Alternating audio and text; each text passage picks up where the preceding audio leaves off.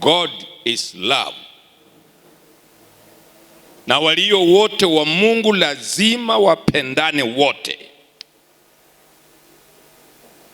Hakuna Yesu wawili.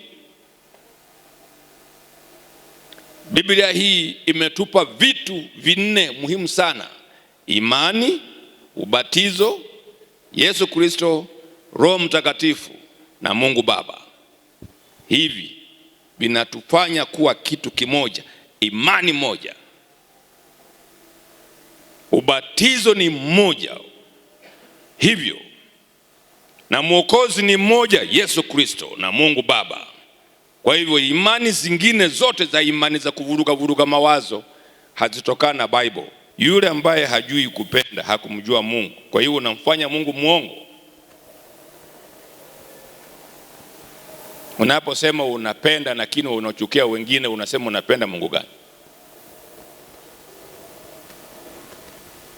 Na ndio akasema tusipojifunza hapa tunampa adui nafasi. Na ukimpa adui nafasi atakupiga peke yako. Sifikiri watu wengine wale wote wanakaa kama wewe, hapana. Stay here.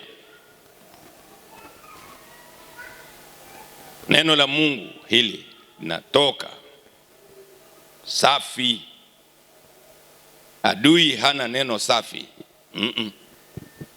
Maana usafi haumo ndani yake. Ni Bwana tu. Ndio amesema mstari ule wa 4, you are of God.